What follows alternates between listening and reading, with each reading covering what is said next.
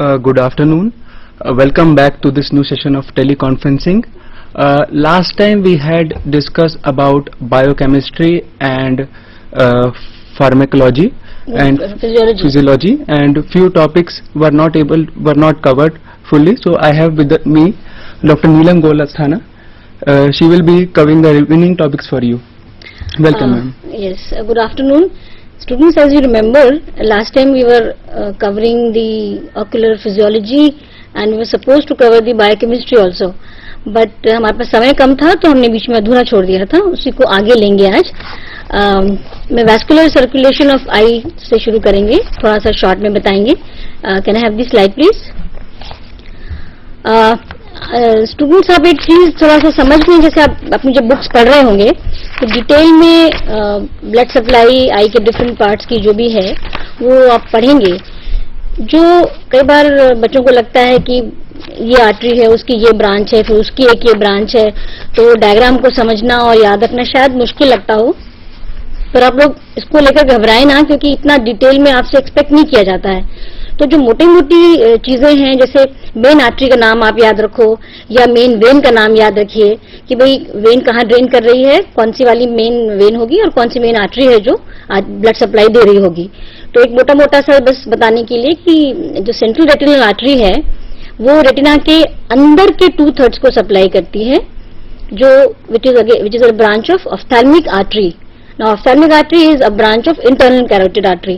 तो ये सब याद रखने में थोड़ा सा मुश्किल लगता है, तो अगर आप इतना याद रखो कि ऑफ्थैल्मिक आर्टरी मेन आर्टरी है जो आई बॉल को सप्लाई कर रही है, और वो उस मेन आर्टरी की एक ब्रांच है जो हेड एंड नेक को सप्लाई कर रहा है, हेड को. तो आपको सेंट्रल रेटिनल आर्टरी का नाम जरूर याद रखना है. जिस्ट ये है कि आप CRA या सेंट्रल रेटिनल आर्टरी का नाम नहीं भूल सकते. तो this is supplying the inner 2/3 of retina. और जो कोरॉइड के ब्लड वेसल्स हैं वो रेटिना के बाहर के 1/3 को सप्लाई करते हैं. और एक इम्पॉर्टेंट चीज ये है कि जितने भी हमारे आई के वैस्कुलर बेड्स हैं, वैस्कुलर बेड्स का मतलब ये हुआ कि जहां जहां पे भी ब्लड वेसल्स जो हैं वो छोटी छोटी बारीक होते होते होते होते कैपिलरी लेवल पे जाती हैं. They are all permeable to oxygen, carbon dioxide and water. Now let's talk about what are the barriers. Blood retinal barrier. Barrier means wherever, जहां पे भी खून की नली पतली हो जाए और वहां से सबका सब ब्लड बाहर ना आ जाए, इसको हम बोलते हैं. एक बैरियर होता है जो हमारे ट्रांसपोर्ट को या डिफ्यूजन को या पैसेज को अक्रॉस द मेम्ब्रेन कंट्रोल रखता है, उसको हम बोलते हैं barrier. So let's talk about what is the blood retinal barrier. हमारे पास एक आउटर ब्लड रेटिनल बैरियर है और एक इनर ब्लड रेटिनल बैरियर है. आउटर वाला है, it is present between the RPE cells. RPE का मतलब हुआ रेटिनल पिगमेंट एपिथेलियम सेल्स के बीच में एक बैरियर है जिसको हम आउटर ब्लड रेटिनल बैरियर कहते हैं, या इन शॉर्ट आप बीआरबी कह सकते हो. और जो इनर बीआरबी है that is present between the endothelial cells of retinal capillaries, which means capillary के लेवल पे हम जब जाते हैं तो हमारी जो ब्लड वेसल की है वो बेसिकली सिंगल सेल्ड कैपिलरी जो ट्यूबिंग है, और उसको हम बोलते हैं एंडोथेलियल सेल्स. उनके बीच में जो बैरियर है उसको हम इनर बीआरबी कहते हैं. इसी तरह से एक ब्लड एक्वस बैरियर है जो endothelial cells of iris capillaries के में होता है, और जो दूसरा है वो non pigment epithelium of ciliary epithelium के जो दो लेयर्स हैं, एक पिगमेंट एपिथेलियम और एक नॉन पिगमेंट. ये जब आप बहुत डिटेल में सिलरी एपिथेलियम या सिलरी प्रोसेस को, स्ट्रक्चर को पढ़ेंगे तब वहां पे ये दो अलग अलग लेयर्स हैं. तो जो नॉन पिगमेंट लेयर है which is facing the posterior chamber, वहां पे एक बैरियर है जो एक्वस के सिक्रेशन को कंट्रोल करता है. Then let's talk about the metabolism of cornea. Now what is the function of these barriers? Now, the epithelial cells have tight junctions which will prevent entry of fluid from tear to stroma. अब आप एक ये समझने की कोशिश करिए कि जो मैंने आपको पहले भी बताया था, हमारी कॉर्निया में इधर टीयर है और अंदर की तरफ एंटीरियर चेम्बर में क्या है, एक्वस ह्यूमर है, लेकिन कॉर्निया में पानी नहीं घुसना चाहिए. So you have to have a very controlled barrier, very active barrier जो पानी को कॉर्निया में ना इधर से घुसने दे ना उधर से घुसने दे. क्योंकि आपको पहले ही बताया कि अगर कॉर्निया में पानी गया तो वो ट्रांसपेरेंट नहीं रह जाएगी, इट विल बिकम ओपेक, फिर दिखना भी बंद हो जाएगा. तो इस तरह से ये जो एपिथेलियल सेल्स हैं जो एपिथेलियम में हमारे कॉर्निया के, वो टीयर को स्ट्रोमा में घुसने से रोकते हैं. Then because cornea and the tear film combined have to form a smooth refractive surface. Then epithelium can also smoothen the underline irregularities. ये आपके जो मोटी मोटी पॉइंट्स हैं वो मैं आपको सिर्फ रिवाइज करा रही हूँ, डिटेल तो आप अपनी बुक में से पढ़ोगे. Let's see the other slide is the nutrients of cornea. So how does cornea gets nutrition? जो एक्वस ह्यूमर पीछे से है और जो आगे से टीयर फिल्म है, इन दोनों में ऑक्सीजन है. ये दोनों ऑक्सीजन आगे एटमॉस्फेरिक ऑक्सीजन टीयर फिल्म में डिसॉल्व होकर के कॉर्निया में को हेल्प पहुंचाती है. ऐसे पीछे से एक्वस ह्यूमर से ऑक्सीजन आती है. एक्वस ह्यूमर ही कॉर्निया को ग्लूकोज सप्लाई करता है एंड एसेंशियल जो अमाइनो एसिड्स चाहिए कॉर्निया को अपनी मेटाबॉलिज्म के लिए वो भी मिलते हैं. जो इम्पोर्टेंट मेटाबॉलिक पाथवेज हैं इनमें से ग्लाइकोलिसिस है, क्रेब्स साइकिल है और एचएमपी शंट है. इनको आप पढ़ने की कोशिश कीजिएगा और इसमें से जो इसका समरी है या जो इम्पोर्टेंट पॉइंट्स हैं उनको if you can note down, उस तरह से इनको try and learn them, because you will not be able to understand these cycles in much detail, because इतने डिटेल में आपसे एक्सपेक्ट नहीं किया जाता है. But you must know what is glycolysis, उसमें क्या होता है, या क्रेब्स साइकिल में क्या होता है. और जो वेस्ट प्रोडक्ट्स कॉर्निया के मेटाबॉलिज्म के बाद निकलता है वो उसमें कार्बन डाइऑक्साइड ही मेन होता है और वो टीयर फिल्म में वापस भेज दिया जाता है और पीछे हम on the back side aqueous humour में वापस डाल देती है cornea. Now, this is a very important topic of corneal transparency, and most of the times you are expected to answer either in theory or in your practical exams that how is the cornea maintaining its transparency throughout the life. अब आप ये देखिए कि बचपन से लेके और जब तक इंसान मर नहीं जाता, वो 70 साल या 80 साल जीता है, उसकी कॉर्निया वैसी ही चमकीली बनी रहती है अगर उसको कोई प्रॉब्लम नहीं होती है. Which means there is a very constant effort, मतलब जो लगातार चल रहा है वो ये कि कॉर्निया को हमें एकदम चमकीला, पारदर्शक, ट्रांसपेरेंट बनाए रखना है. सो एपिथेलियम जो है वो तो खुद से ही ट्रांसपेरेंट है. टीयर फिल्म जो है वो भी ट्रांसपेरेंट है और उसको मदद करती है. Now the second aspect is the stromal lamellae जो हैं वो किस तरह से ट्रांसपेरेंट रहते हैं. इसके बारे में आप पढ़ेंगे किताब में, 2 थ्योरीज दे रखी हैं.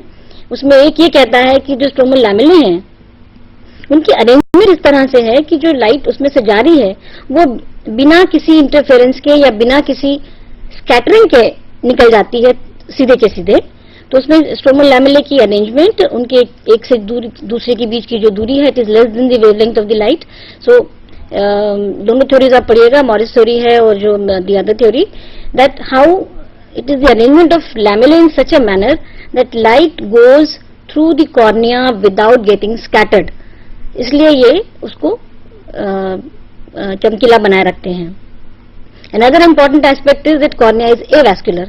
Avascular means there are no blood vessels. अगर आप लिम्बस के जस्ट अंदर से सेंटर तक देखें कहीं कोई ब्लड वेसल नहीं है. और कभी भी जब कोई डिजीज है या अल्सरेशन है या डिजेनरेटिव डिजीज है जिसमें कॉर्निया में ब्लड वेसल्स डेवलप होने लगते हैं तो हम बोलते हैं कि कॉर्निया में ओपेसिटी बन गई है, कॉर्निया अब ट्रांसपेरेंट नहीं रही. सो एवास्कुलरिटी और no blood vessels is very important. Then another aspect is that cornea has no water. So cornea is always in a state of relative dehydration so that it remains clear. Can I have कुछ questions अगर आप लोगों के पास हो तो आप जरा हमारे पास. If you have any questions, you can ask. क्योंकि मैं थोड़ा डिहाइड्रेशन में थोड़ा सा और आपको बताना चाहूंगी कि कॉर्निया को डिहाइड्रेशन की स्टेट में हम कैसे रख पाते हैं.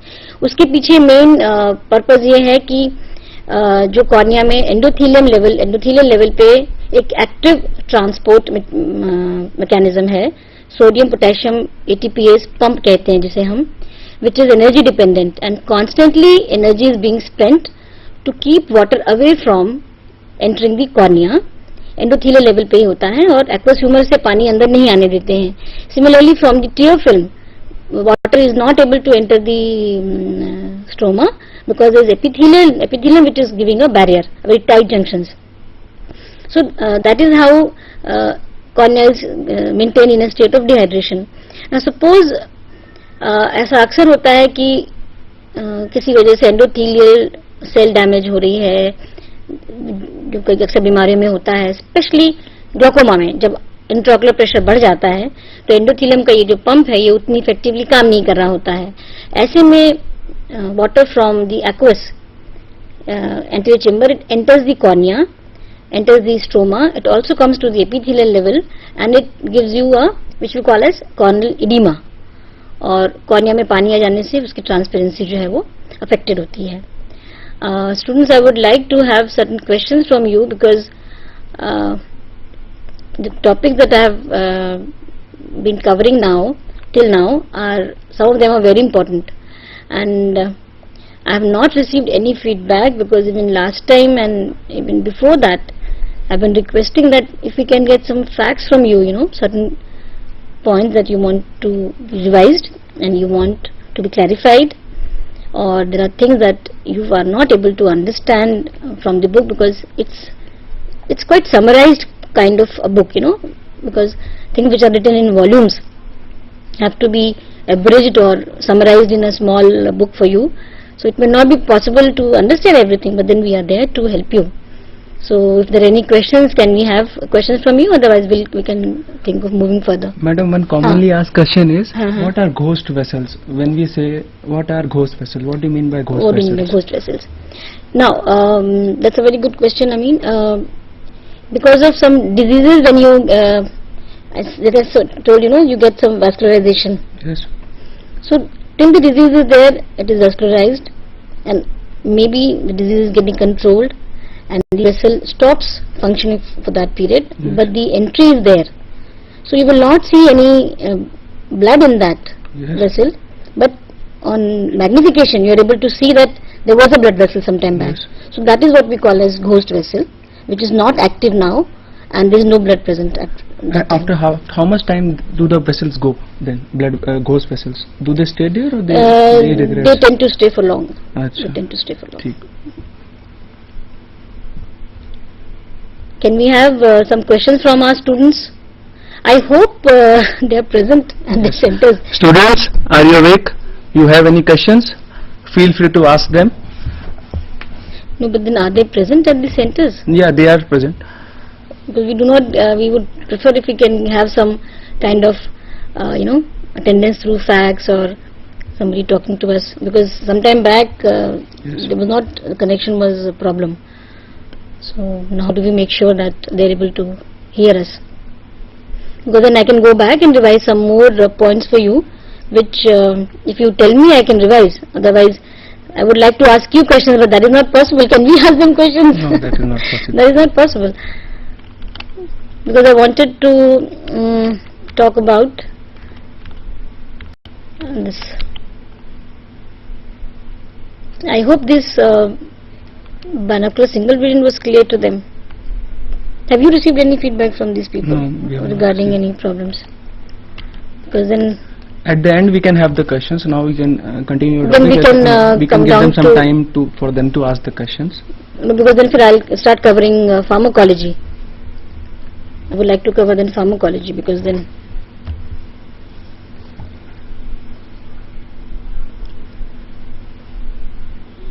I want to take to the next slide. Okay, so please thanks, wind up. Thank you, madam, for taking the session of ocular. So after some time we can start with we pharmacology. will be coming back after 5 minutes for taking the next topic. Okay. Please stay with us for some more time. We'll be back.